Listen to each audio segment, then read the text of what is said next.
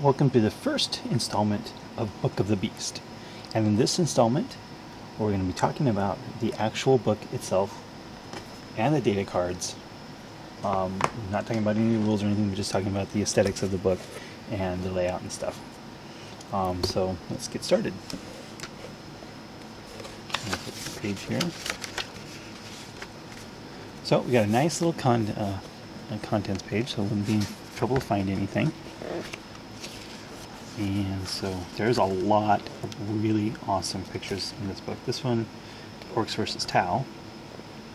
A couple datacard streaking up here in the sky. And poor boss. Is that a mech? I don't know.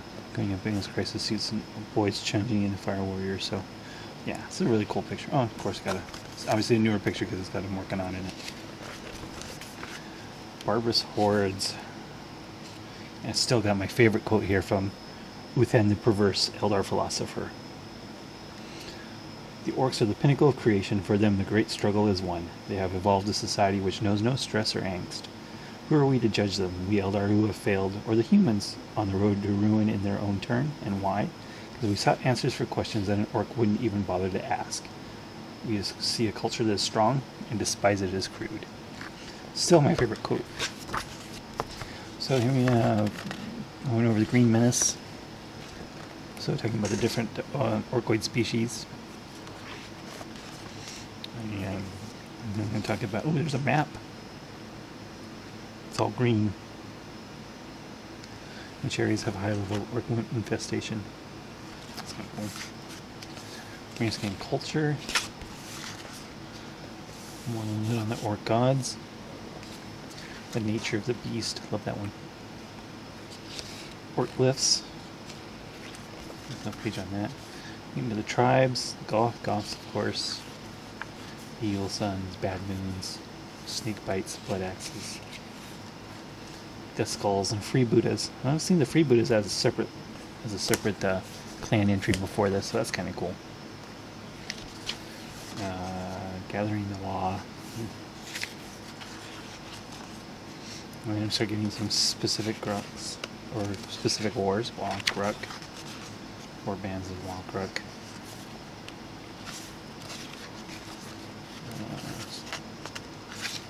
More stuff here.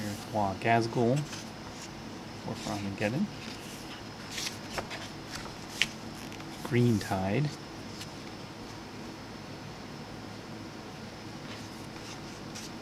The Great Wa.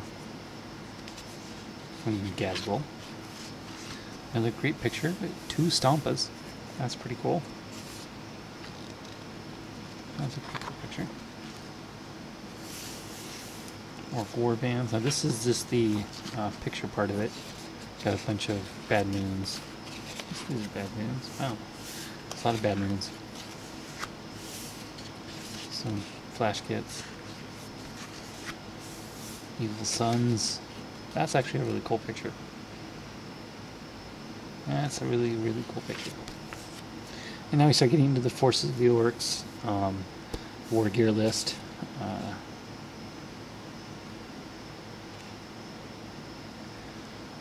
Different categories, just kind of like we've seen before. Here's where the layout really, really changes in this book. And that each unit basically has what is equivalent to a data slate. Instead of just entries, I mean, they have this big picture, some fluff, and then all the rules in this little area down here. And it goes through that for every single unit. There's not a lot of...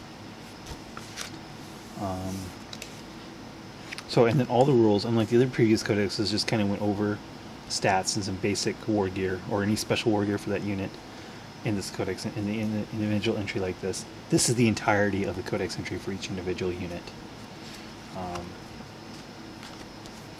So I'm not going to get over into units here yet. Just going to use the old metal Dakajet picture. That was kind of interesting. Just like they used the old... where is it? Yeah, they use the same old war buggy picture here for the war buggies. I find that kind of very fascinating. Of course, mech guns. And then Coconut.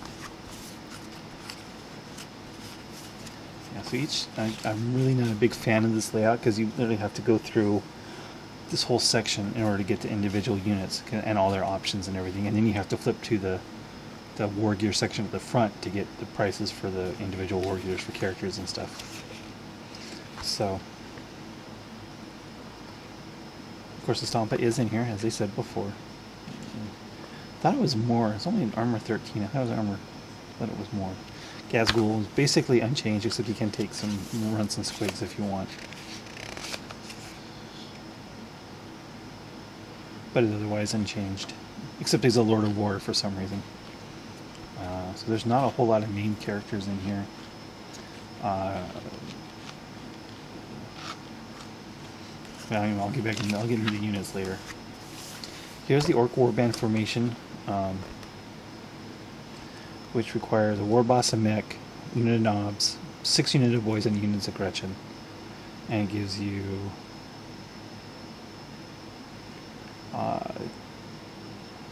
Hammer of Wrath from units of 10 or more models if they roll a range of 10 on their charge, and Stampede, which means you can Y every turn. There's another nice picture again with a Morkanaut and a Gorkanaut, 2 Stompas, a couple flyers. It's really another really nice picture going up against Ultramarines. I'll take that. Oh, looks like this is War Armageddon because there's Gazgul. That's kind of cool.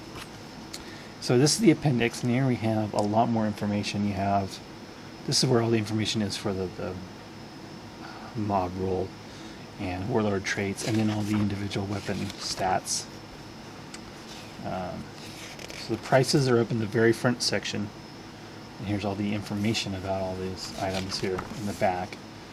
The relics, psychic powers, brief mention of Old Zogwart, Ork Horde detachment. Here's another. Okay, so here's another. That was a formation. This is your own special detachment. Requires 1 HQ and 3 troops. And you can gain 2 HQs, 6 troops, and then everything else is the same. So that's kind of cool. And again, this will also gain you the Hammer of Wrath and rerolls on the warlord traits in the Codex Orks book. So that's not a bad. There's no reason. I don't see any reason not to take the Ork Horde detachment as your primary, because you're going to be running 3 troops anyway, and it gives you an extra troop slot or an extra HQ slot and 3 extra troop slots. So that's not bad at all. Brief going over the Ork tactical objectives. We don't have the cards, and here we have reference. So pretty much everything you need to know while playing it is right here. The only thing I kind of don't like is they have the melee weapons and the shooty weapons in the same chart here. Kind of don't like that. And another cover plate. So I'm not a big fan of the layout of the data slate layout for each individual unit. I prefer them all right next to each other. I think the Tau Codex is pretty perfect in its layout as far as building an army from the book. It goes really quickly, but so yeah, that's the kind of thing. I don't think it's optimal. Let's take a look at the data cards. I kind of opened these things up briefly before.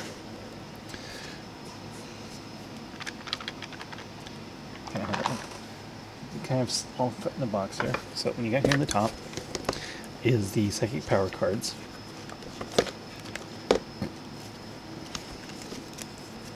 So, path, the jump, I don't know. Yeah, so you got the 7. I think these warp. Oh, a couple of them are warp charge 2. So half. So 3 of them are warp charge 2. 3 of them are warp charge 1. So it's kind of nice because you only have level 2 psychers in here. And yeah, so we'll go over the psychic powers later. Those are the psychic power cards. And then you have a set of tactical objective cards, which includes I don't know, let's see. If I don't know how many are in here. I don't know if it's the original 36. That's what it says. Let's see. I think 7 power cards. A complete deck of tactical objective cards, including the 6 unique okay, so hopefully there's only the actual 36 cards that, and then replacing the 4 or the 6 or so. 3, 4, 24, 28, 32. Yeah, 36. Okay, so there's 36 tactical objective cards, which is exactly what you need to play. It's the same size as the tactical objective deck that would have come with 7th edition. So if you buy these for your Orks army, you do not have to buy the standard tactical objectives. You can use this entirely in its place. So that is kind of nice, and I think the price of this part was actually really good. It's $8 for this nice little box. It's kind of hard to open, but a full tactical deck and the psychic power cards, a custom tactical deck that is, that replaces the standard deck and the psychic power cards for $8, which is a pretty good deal. I guess these are going to be hard limited, so fortunately I'm really happy I actually got something of this. I usually don't have a chance to pick up limited items simply because I don't have the money the exact moment they're available, so I'm very happy with this. Let's see, get them, boss. Let's see, score 1 victory point at the end of your turn if your warlord killed an opponent in a challenge during your turn. That's never going to happen. And I'll say why later. Stomping Boys. Score 1 victory point at the end of your turn if at least one enemy unit was completely destroyed during your assault phase. 3 to 5. You get D3 if 6 or more units were completely destroyed during your assault phase. Score D3 plus 3. Let's see. More speed, go faster. Score 1 victory point at the end of your turn if at least 3 units turbo booster went flat out or ran 6 inches or more during your turn.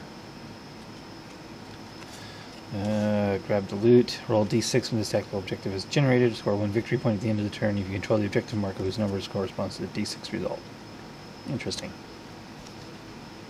Is there supposed to be what? 6 special orc ones. Try and dig those up. More DACA. Score 1 victory point at the end of your turn if at least one enemy unit was completely destroyed during your shooting. So that's really not that different. Maybe let's show one.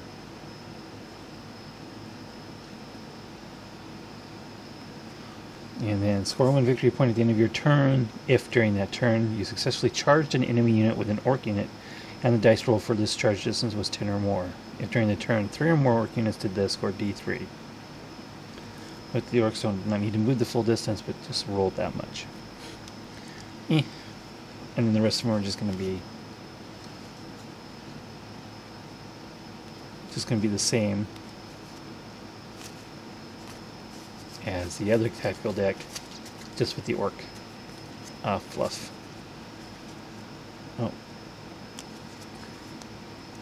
Just standard tactical cards. So yeah, this part is really cool. I like this. It's going to be really nice to have this. I don't know if I'll ever actually use the orc psychic powers compared to summoning or demonology, but it's nice to have the cards. So let's get the overview of the book and the tactical and orc data card pack.